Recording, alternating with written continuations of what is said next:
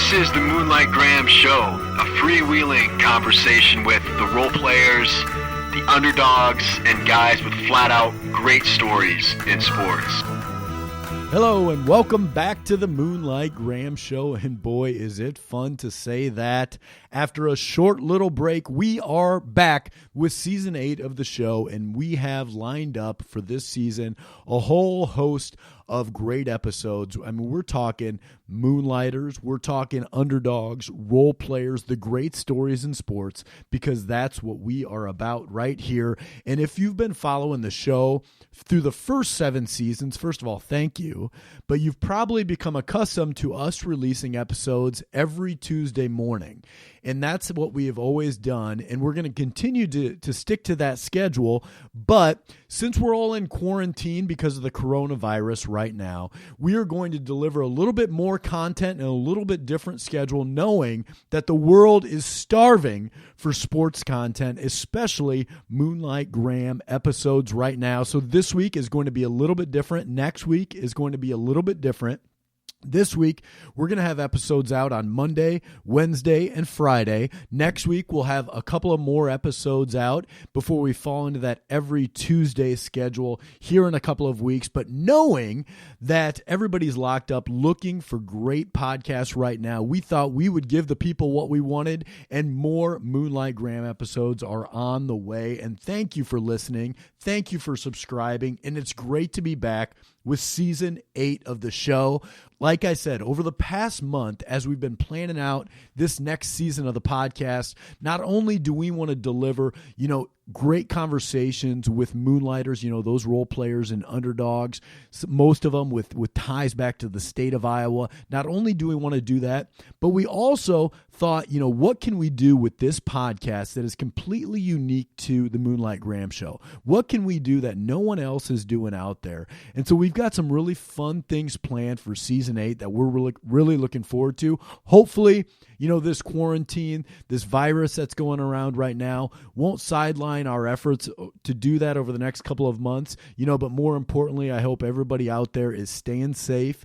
Everybody out there is staying healthy during this crazy time right now. So let's kick it off with Season 8. Our moonlighter for today is a guy by the name of Matt Macri. And if you know the name Matt Macri, chances are you're probably from Iowa, because if you remember back in the late 90s or early 2000s, Matt Macri was not only the best baseball player in the state, he went on to Notre Dame, where he was Conference Player of the Year, All-American, went on to have a cup of coffee in the major leagues with the Minnesota Twins. He was a career .324 hitter in the majors, but only played 18 games. Did have a home run in the majors, though. But not only was he an awesome baseball player, he was also the best football player in the state. He was the quarterback of Dowling Catholic from West Des Moines. At that time, he won a state championship with the Dowling Maroons as their quarterback, and he was really regarded as, the best athlete in the state of Iowa at that time. So it was really fun to catch up with Matt, see what he's doing now. And what I thought was really interesting about talking with Matt and his story is, like I said, he was a really highly touted high school athlete. And so major league teams were looking to draft him really highly out of high school and throw a big signing bonus his way to see if he was going to forego college and his education in order to start his professional baseball career sooner. And Matt had some really interesting points on this, and I think people will really appreciate hearing his take on why going to school, getting an education is probably more important than, a signing bonus right out of high school, especially at that time in your life. So I think you'll really enjoy hearing that episode. We have not been able to tell that story a whole lot here on the Moonlight Graham Show, so I was glad we were able to hear Matt Macri's perspective on that. And I think you guys are really going to love this episode to kick off Season 8 of the podcast. And as always, folks, you can catch our podcast wherever you listen to your podcast, whether it's Apple Podcast, iTunes, Google Play, Stitcher. Subscribe to the Moonlight Graham Show, and you know the drill. Leave us a 5-star review. You can also follow the show on social media, Twitter, Instagram, Facebook. We love hearing from you guys each and every week. So enjoy today's episode with Moonlighter Matt Macri. This week's episode of the Moonlight Graham Show is brought to you by the People's Company. That's right, they are back as a sponsor because so often I hear from farmers throughout Iowa and throughout the Midwest who are listening to the podcast while they are planting, while they are harvesting. They're in their tractors, they're in their combines, which makes the People's Company a perfect partner for the Moonlight Graham Show here. As you guys probably well know, the People's Company is based in West Des Moines, Iowa, but they've really grown to be one of the nation's leading providers in land brokerage, land management, land appraisal, and investment services. These guys, and I know Andrew Zelmer and Matt Adams over there at the People's Company, these guys live and breathe farmland, farm management, and they know that industry better than anybody. So if you're looking to buy a farm, sell a farm, having an auction coming up, call the People's Company. They are the best in the business. Check them out at peoplescompany.com. Matt, I know you're a Dowling guy. Went to high school at Dowling Catholic in West Des Moines, Iowa. So who was the recruiting coordinator at Dowling when you were there? Is that a trick question? That is a joke. That is a joke. Yeah. Fortunately, we didn't have any recruiting directors. So when you were at Dowling, though, you were kind of the man at the time. You were the baseball star. You played basketball. You were part of state championship football team. What was Dowling like 20 years ago when you were there? It was phenomenal. I mean, well, you think about the football team now. I think they've won like 7 in a row. Yeah, which is just remarkable. At the time, Dowling, we had yet to win a football championship, but had a number of championships in other sports. You kind of mentioned my accolades and what I was able to do at Dowling, but I think really it was just I was in the right place at the right time. We had a phenomenal group of guys that were in my class, a group of guys that grew up playing, AAU and CABA ever since really like 12-year-old. And it just so happened we all wound up at Dowling, the recruiting coordinator aside, to end up just having a really good group of guys that were great athletes, a great bunch of guys that were good at baseball, football, and played a little basketball here and there as well. So it just all the stars aligned in the years I was there, and we all came together, and we had a good run at a number of different seasons. Was baseball your favorite sport growing up? It was. Even in high school, when you know how high school football is way more popular, especially in the halls of a high school and among fans than high school baseball is, especially in Iowa when it's played in the summer. Even at that high school level, when you're getting more attention for football, was baseball still number one? It was. I always loved baseball a lot more. I mean, I obviously enjoyed playing football as well as other sports. I mean, I played basketball and a little bit of track here and there growing up, but baseball was really always the first sport that I really enjoyed. To your point, football usually gets a lot of the attention and the accolades, which is fine, but you can't play football all year round. And the other seasons, for me, baseball was really enjoyable sport. So you're drafted out of Dowling in 2001, and of course, famously, you were drafted by the Minnesota Twins, and the Twins had the number one pick of the draft that year. They draft a dual sport, actually a 3-sport guy out of Cretin-Durham Hall, which is essentially the Dowling Catholic of Minnesota, and that's Joe Mauer, of course, maybe the greatest Twins player of all time. You go in the 17th round. You're essentially the Joe Mauer of Iowa. Did you ever consider signing out of high school in that 17th round draft pick? I did. There was always a consideration to go out of high school. I think at the end of the day, I'm extremely happy with the decision I made. You throw a draft pick in front of a young kid, potentially some money in front of them, and it's alluring. But I think I had the benefit of looking at it in terms of a little bit further down the road, where it'd be great to start your career out of high school, but at the same time, there's other things you want to do in the meantime or in conjunction with that, such as an education. So. At the time, it's certainly alluring, but it was the decision I made to go to school as opposed to take that pick. and it's something I'm extremely happy I did. Well, you ended up going to Notre Dame, and Notre Dame, Right. of course, one of the most famous universities in the entire country. They've had some really good baseball throughout the years. What was Notre Dame baseball like when you went there back in 2001? Yeah, again, right time, right place. It was kind of peaking, and they've done well here and there since. But that was definitely, when you look back at the history of Notre Dame baseball program, that was definitely the peak. They had guys like Aaron Heilman, who ended up playing with the Mets, who was, probably 3 years ahead of me. And so in 2000, when I was getting recruited by Notre Dame, there was a moment in the season that they were actually ranked number one. And so again, it was just right time, right place. And I joined a program that was already at the top echelon of college baseball. And with that came a lot of highly touted recruits that were in our class that just made the program even better for those years.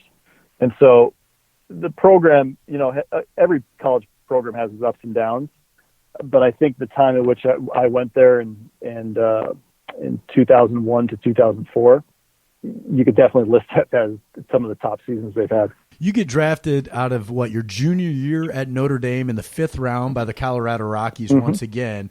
As part of that draft process, do they negotiate it in that you can always go back to school and end up getting your degree? Because obviously the reason you go to Notre Dame is to get a degree from Notre Dame. So was that part of your negotiation when you end up signing with the Rockies? Yeah, it absolutely was. It's not something that the team throws in, but something that I was very clear to throw in during the negotiations. Because, I looked at it as I went to Notre Dame to get that education. And when I was drafted, I still had a year left in that negotiation. So I was going to do everything possible to finish that last year. I wasn't going to waste those 3 years of Notre Dame education. So I absolutely put that into the agreement. And really in my mind, an expectation to go back as soon as I could. And what were the expectations for you? Obviously, you're a 5th round draft pick out of Notre Dame. At that time, I'm guessing you're probably about 21 years old. College players coming into baseball, you're expected to kind of produce right away because you're not the 18-year-old kid coming out of high school. So what was the conversation like with the Rockies? Like, hey, these are the expectations we have for you if we're going to pay you this money, if we're going to pay you the extra year of school that you have to help this organization out. Yeah, obviously the expectation is you're gonna sign and you're gonna help the big club win. There's undoubtedly a little bit of a ramp period, but to your point, I think they look at college athletes in the way that they can ramp them through the systems a little bit more quickly. That being said, it's all about production, right? In anything, you got to succeed to move up. And I started in pretty much the lowest level you possibly could, short season, low A ball, because again, you have to produce, you have to go prove yourself. And whether you're a college signee or whether you're a high school signee, if you do well, you're going to advance. And so go down to low A, do well, and then you'll advance. If not, we'll find someone else that does.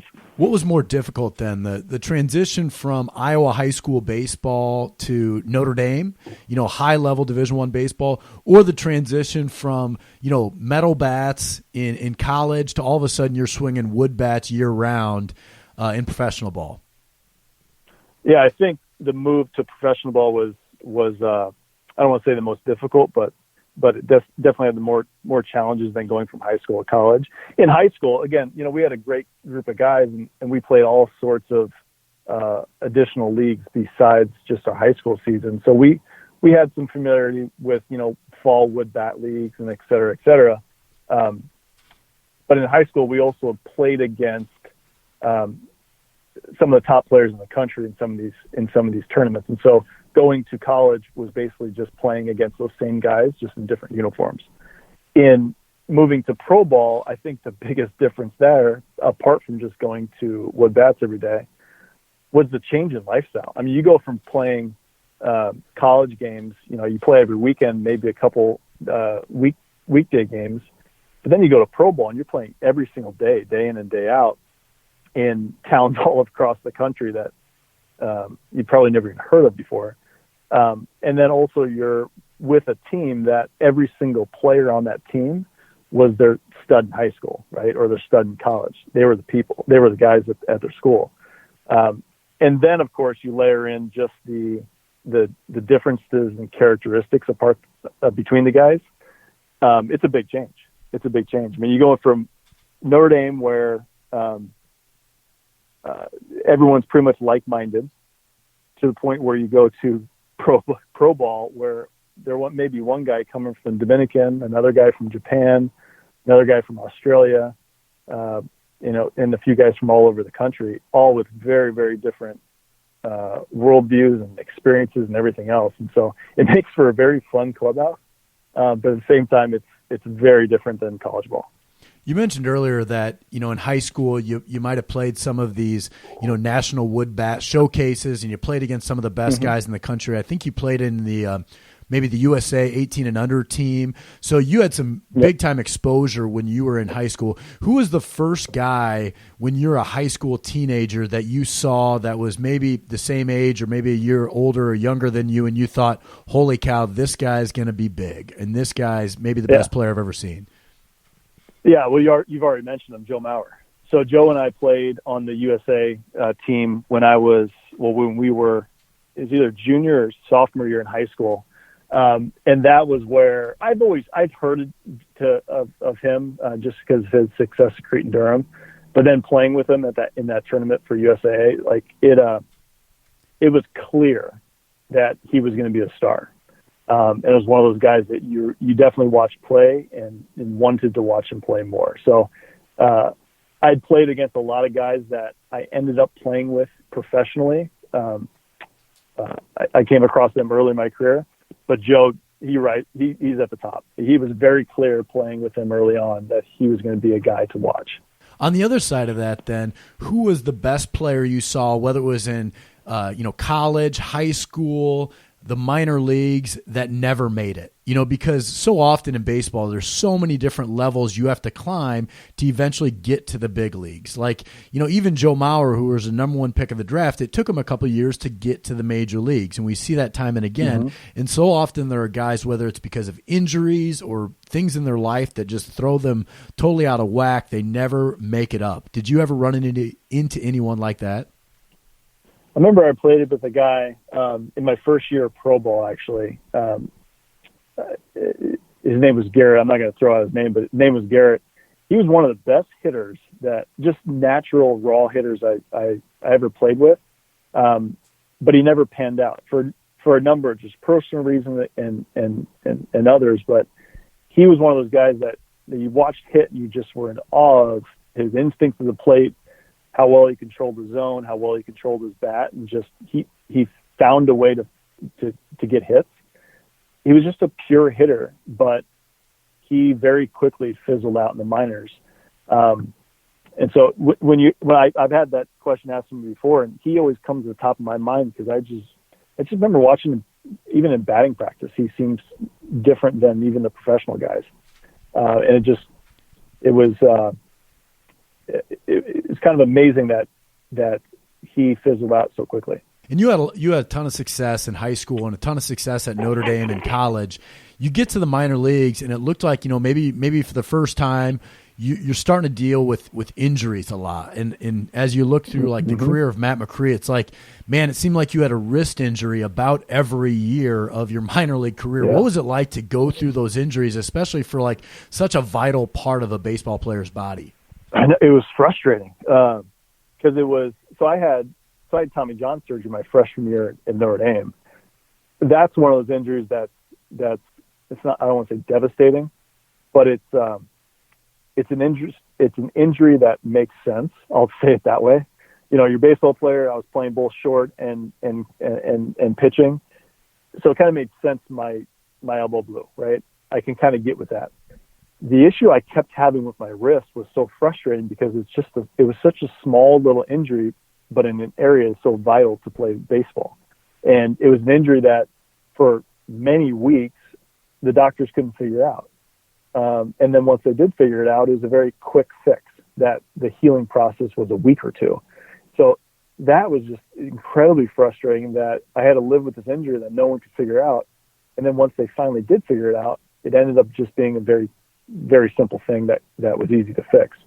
And then I ended up breaking my my hamate bone, which is just the weirdest bone in the human body, which unfortunately affects a lot of baseball players, which again, just a very annoying, frustrating little injury. But you're right. Every year I seem to have these little things.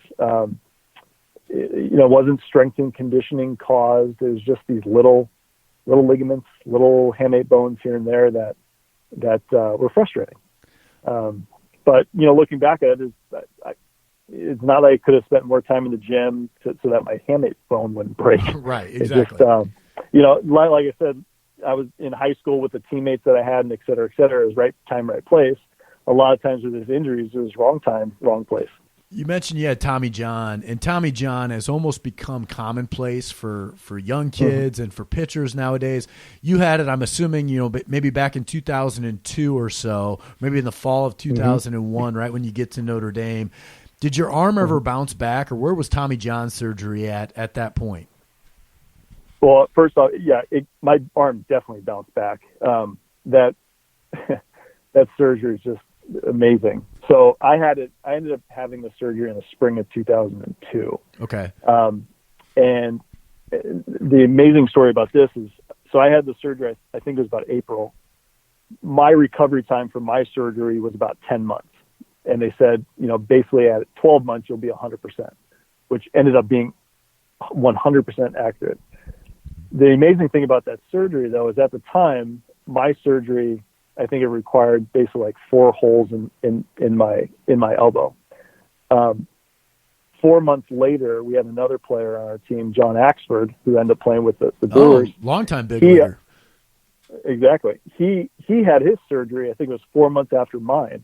And just in that 4 months, there was an advancement in the medicine and the way they did the procedure that his recovery time went from my 10 months and his was 6 months. So it's unfortunately an injury that a lot of baseball players have, but that surgery has came so far in the way they administer it, and just the way they prepare your arm and body for it. It's remarkable. Yeah, and you're seeing even today, like people are trying stem cell injections on it today to try to make it like an outpatient procedure, essentially. Yeah, exactly. I mean, it's the thing. It's an interesting conversation because, the human arm is not meant to go 96, 98 miles per hour. And if you're so lucky to be able to throw that hard, you only have so many bullets in your holster. Like at some point, your arm's going to give out, regardless of how good your mechanics are. There's only so much your arm can take, and so unfortunately, that surgery has become more and more prominent. But to that point, it's also become a lot more reliable. So we've talked about some of your struggles in the minor leagues with injuries, but eventually, you work yourself up the ladder. You get traded from the Rockies back to the Twins, who originally drafted you and must have been keeping an eye on you, your career since that point. You finally get the call up to the big leagues. What was that day like? It was awesome. I mean, it's the day everyone dreams about, right? It was, it's one of those moments you always remember. So I was in Pawtucket playing for AAA. I'm sorry, I was in Rochester. I never can forget it. But yeah, so I was in Rochester playing for the Red Wings. We were in Pawtucket playing AAA for the Red Sox. I was in the lineup that day, and we come in from BP, and next thing I know, I see the manager come up and scratch my name out, and he calls me in his office and sits me down and says, I'm taking you out of the lineup today as a precaution because Adam Everett ended up hurting his shoulder. They don't know what the diagnosis is yet, but we're in a holding pattern. So go back to your locker and sit and wait. And so sure enough, I go back to my locker and there's no way I'm sitting down, right? So I'm pacing all over the place. I'm pacing all over the place, and pretty soon the manager calls me back in and says, we've decided to put Adam on the DL. We're going to call you up. And so immediately get out of the office, everyone's, shaking my hand. I start making all the calls to the family. And everything after that was just a whirlwind. But it was definitely an experience that I'll never forget. It was fun. Well, in your first game in the big leagues, you go 2 for 3. Mm-hmm. And I don't know. I think that game was in the Dome. Correct me if I'm wrong. And if it was it in the Dome? No, it was in Detroit. It was in Detroit. Okay. Was your family able to get there for the game? So my soon-to-be wife was made the trip out. Oh, nice. So she was in the stands. Oh, yeah. So she got to see you go 2 for 3. I mean, is that day, is it all just reactionary? Like, is it all adrenaline of being in the big leagues and you're just kind of, see ball, hit ball because you're not thinking at all? I would say early on, yes, pure adrenaline.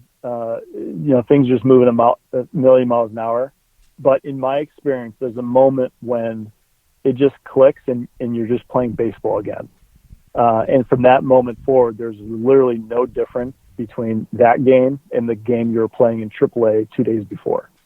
But to your point, before you reach that point, yeah, your feet are like they're stuck in cement. You're probably talking a million miles an hour, can't sit down, and there's a lot of anxiety, natural anxiety. You had to get or be a little relieved that you already knew Joe Mauer. Joe Mauer was on the team. Yep. Did you know anybody else on that team coming into it or getting called up? So no. So Joe definitely I knew better than most. I'd come across some of the other guys here and there, but no lifelong friends or guys that I played with for years and years and years before. I'll tell you this though, we were hitting BP the day of my call up, and Justin Morneau, who was the first baseman at the time, and this is a credit to the Twins organization. I couldn't say enough about the players that they have in the organization. They were just phenomenal. And this is a perfect example of that. So we're sitting behind the cage during BP before that debut game, and Justin Morneau, all-star first baseman, just stud, right? He comes up to me and just says, hey, if you need anything, let me know. I'm here to help. I know it's your first day. You're probably nervous, but relax. You're here for a reason. And I wouldn't worry about it. So again, just that's a great level of leadership. Just coming up to a new kid, his first day, he knows I'm nervous. Just trying to calm my nerves a little bit. That's another one I'll always remember. That's pretty cool. You end up, being a career 324 hitter in the bigs. You have one career home run. Who was the home run off of? Yeah, it was Aaron Laffey, a lefty for Cleveland. Nice. How often do you dream about that day? I think about that day often. It was, not many people say they play in the major leagues. I'm happy to say that I did, but then also happier to say that I at least have one home run while I was there. So, it's a good memory. Who was the toughest pitcher you faced? So my last career hit in the majors that I got was off Randy Johnson. I got a double off of Andy Pettit.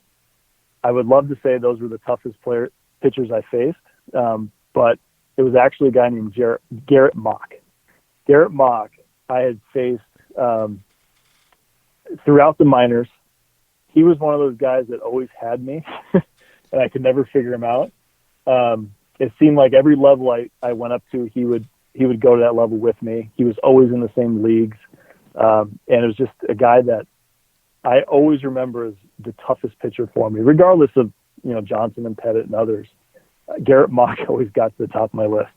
It's amazing how just one guy, whether it's how you see the ball out of the hand or like the rotation on one of his pitches, you see Andy Pettit real well, but you can't hit Garrett Mock. Right.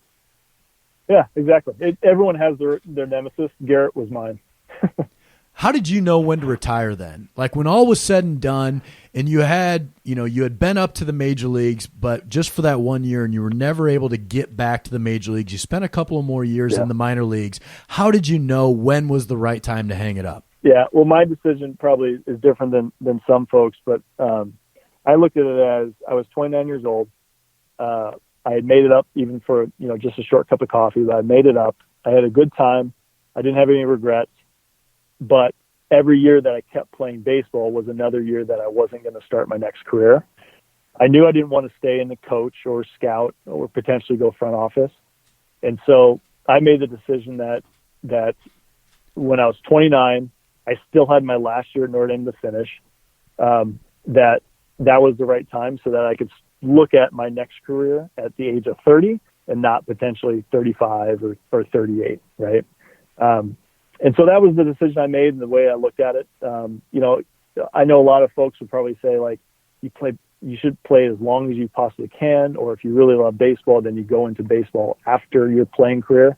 For me, I knew what my next career was going to be, and the longer I played baseball, the longer I hung on to it just to make it up to bigs a little bit longer, was the older I was going to be when I started my next career.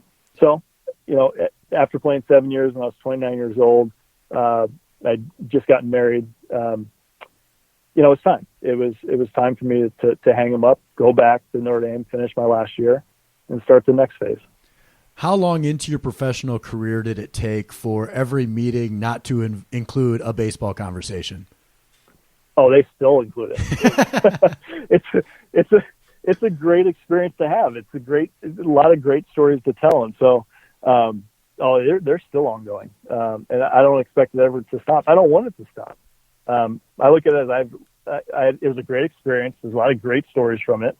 They're fun to tell. And so I'll tell those as long as someone lets me tell them. Right. It's always like somebody will introduce you. Hey, I want to introduce you to Matt. He used to play baseball, so you might want to talk about baseball with him.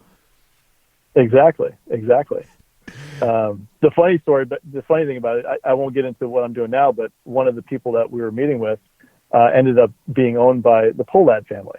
The Pohlad family owns the Twins. Yeah. And so there was that natural connection there, and we had a good talk about it. I look at it as it's an experience that not many people have.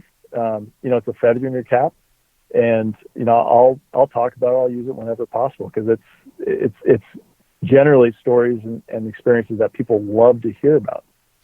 Yeah, definitely. And it's kind of a fraternity of guys that have played Major League Baseball. A lot of guys have signed professional contracts, had a baseball card, but very few made it all the way up to the major leagues. And, I think there's still, in 130 years of baseball, professional baseball, I think there's still only like 17,000 guys that have been in the major league. So what does that mean? Like, do you get like a lifetime pass to every baseball game you want to go to? Like, do you still get a pension check in the mail? Like, what's that look like as an ex-big leaguer? Oh, I wish we got just free passes every games, but I didn't play long enough for my pension to be worth anything at all. Do you still get a check every year for like 14 cents or something? Oh no, they bought me out of that a long time ago. they paid that off in cash. It's an easy write up. All right. But you're right. It's a very small group of folks, and it's a great little fraternity. Everyone that has that experience under the belt, like me, will talk about it for days. Right? There's stories that you can tell just on and on and on. I created a podcast around it, Matt. Yeah, exactly, right? And so, it's something everyone wants to hear about. It's the American pastime. People grew up watching baseball, and so when you're talking with someone that had that same experience, there's obviously connection, right? And there's lots of things to talk about, a lot of fun experiences that no one else will ever really understand. And so it makes for fun, good conversation. I love that. So, Matt, as a loyal subscriber of the Moonlight Graham Show, you know that we end every episode with the 5 big questions. And the first question is, who is your all-time favorite teammate? Well, we talked about it before. Joe Mauer, great teammate, awesome player. Easily go down as one of the best I played with. Are you still in touch with Joe today? I am not, no. Oh, you gotta get back in touch with Joe. He's got plenty of time on his hands now. Yeah, right. Yeah, I know. Lost touch. Certainly my fault. So what is one memory that you have from your career that reminds you of everything that you love about the game of baseball? It's a really good question. I hope it's not too long-winded. And it's going to apply not just to baseball, just to sports in general. What I like looking back at my athletic career is I think one of the best things I took from it is just the idea of perspective, right? Regardless once you went 0 for 3 the day before or you're 3 for 3 the day before, like you got to keep in perspective and you got to understand what is at stake right now or what do you have to do right now. I think that's always important, right? The story I'll tell is my debut in Comerica against Detroit, as I mentioned, my feet are just as heavy as bricks. I'm sitting at third base. We're the visiting team. I'm sitting at third base, and in the first inning, can barely move my feet. They're just locked in the ground. And Miguel Cabrera comes up and hits a very, very easy chopper to me at third. Right, I easily field it, but then basically triple tap as I pretty much just run the ball over to first base before throwing it to Justin. He catches it. We make the out, the end of the inning. But that was the moment that, like, all the anxiety just went away, and I got perspective again that it's just a game, right? It's the same exact game that I played in high school, same exact game I played in AAA. Just the stadium's a little bigger, right? And I think when we talk about a story that or what I love about baseball is that story brings me back to the concept of perspective and what that really means and how I can take that into everything else I do outside of the baseball world. Is there anything from your career that still nags at you? Yes, and this actually, so Dan Jennings brought this up, and I wish I would have known this. So in one of your podcasts with Jennings, he mentions that very early on, everyone understands that you can get the clubby or you can go ask one of the older players to go sign a jersey, right? Yeah. Yeah, he's got a basement full of them. Lesson. I know. I never learned that. So I look back at it as I played against so many great guys. It really nagged me that I didn't get my memorabilia count up. I didn't learn the lesson Jennings did. I wish I would have. It nags me all the time that I didn't get jerseys signed, et cetera. But that's one of the biggest things. Just so funny story is our right fielder with the Twins, Michael Kadire. He was really good about getting things signed from opposing players. So when the Yankees came into town, I mean, he had 8 different jerseys to get signed. And so by the end of his career, which was obviously long and distinguished, he had a huge collection of memorabilia. And that's something always nags me. Always wish I would have done.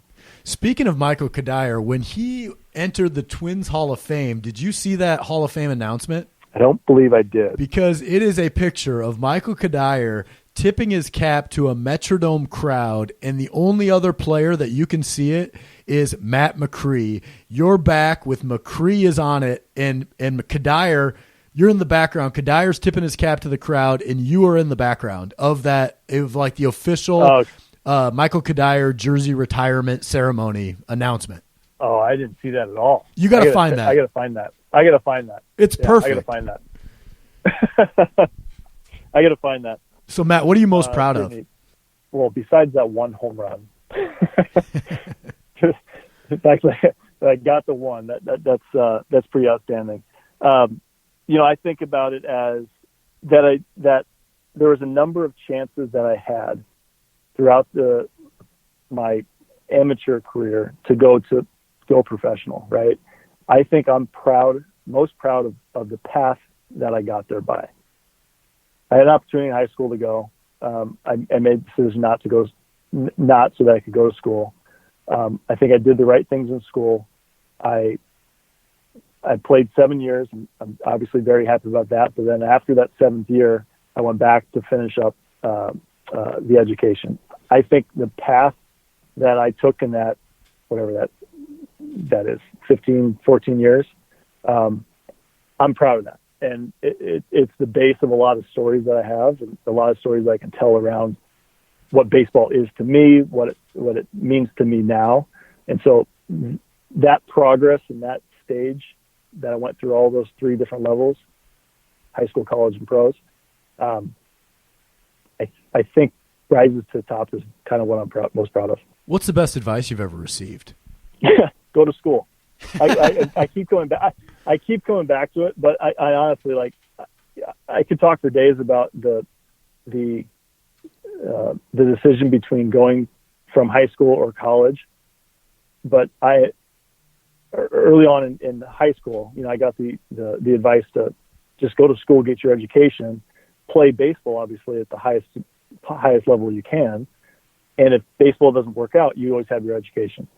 honestly some of the best advice I had, and it paid off. It's an understanding that after I was done playing baseball at 7 years, I went back, finished my degree, and I had a different career after that, and it turned out to be great advice, in my opinion.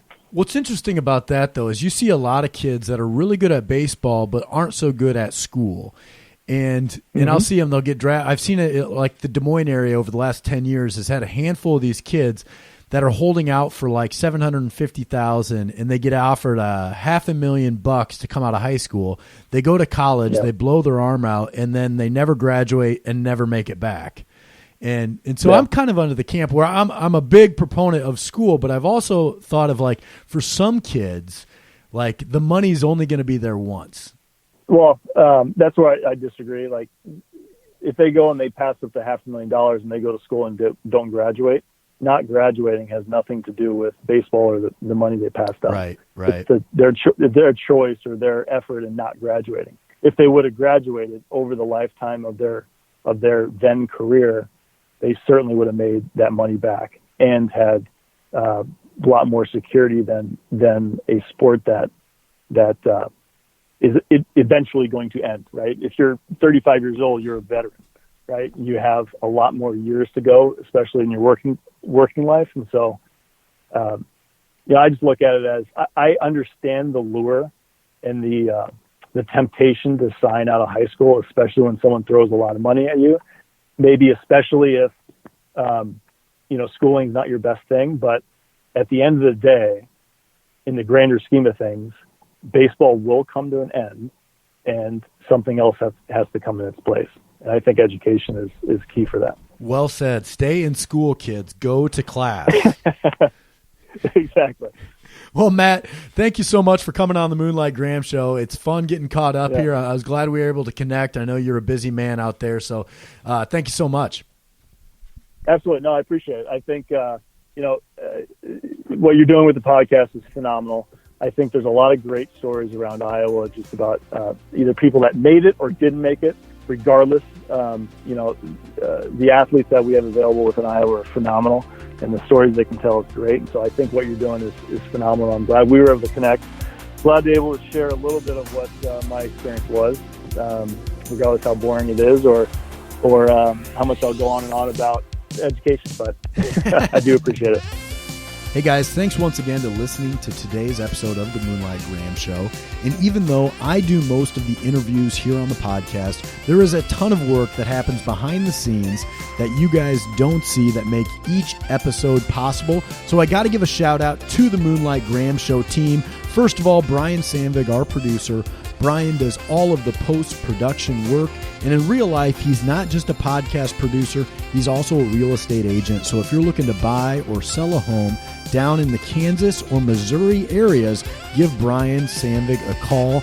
Next guy on that list is Brendan Gargano. Brendan does all of our design and artwork here on the podcast. He's one of the most talented artists I've ever met, and I love all of his work. If you need any help on the design side with logos or anything like that, give Brendan Gargano a call. The next guy on that list is Andy Flattery, my older brother. Andy, of course, has done some of the interviews here on the podcast. He also is a certified financial planner. He owns a business called Simple Wealth Planning. If you need any help in that area, check Andy Flattery out. And then, of course, the trusty co-host Tom Griffin and my younger brother Neil Flattery. Those guys are just busy being husbands, being fathers, they're family men, but also they do a ton of work here on the show. So thanks again for listening. We really appreciate you guys subscribing and supporting the Moonlight Graham Show.